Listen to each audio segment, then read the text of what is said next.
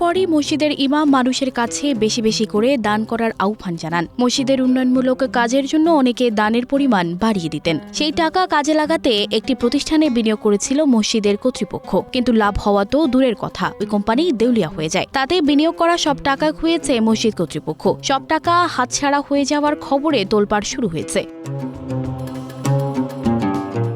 ঘটনাটি 2 বছর আগে হলেও সম্প্রতি প্রকাশ হয়েছে। চাঞ্চল্যকর এই ঘটনা ঘটেছে পশ্চিম ইউরোপের অন্যতম বড় ইস্ট লন্ডন মসজিদে। যুক্তরাজ্যের স্থানীয় একটি বাংলা সাপ্তাহিক পত্রিকায় এ সংক্রান্ত খবর প্রকাশের পর মসজিদে দানের জন্য আহ্বান ও করজায়ে হাসানার জন্য আবেদন নিয়ে নানা প্রশ্ন উঠেছে। জনশ্রুতি রয়েছে একটি চক্র কৌশলে মসজিদে দানের এই বিশাল অঙ্কের অর্থ আত্মসাৎ করেছে।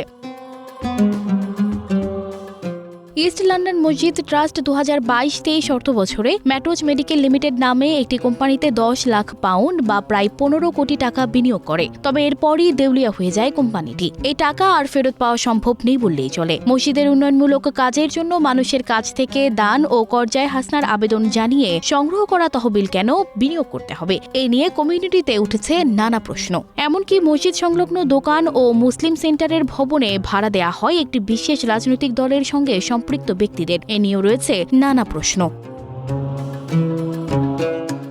যদিও সংবাদ সম্মেলনে সন্তোষজনক কোনো জবাব না দিয়ে বিষয়টি আইনের আওতায় বিচারাধীন বলে এড়িয়ে যাওয়া হয়। টাকা খোয়া যাওয়া নিয়ে 2023 সাল থেকেই নানা কানাঘুষা ছিল। তবে ঘটনাটি জানাজানি হয় গেল রমজান মাসে। তখন এক সংবাদ সম্মেলনে ইস্ট লন্ডন মসজিদ ট্রাস্টের চেয়ারম্যান ডক্টর আব্দুল হাই মোরশেদ বিষয়টি স্বীকার করেন। তিনি বলেন, এখানে ইনভেস্টমেন্ট করা হয়েছে, বিনিয়োগকৃত অর্থ খোয়া যাওয়া কোনো গুজব নয়, এটা সত্য, এবং কিছু সমস্যা হয়েছে এটাও সত্য।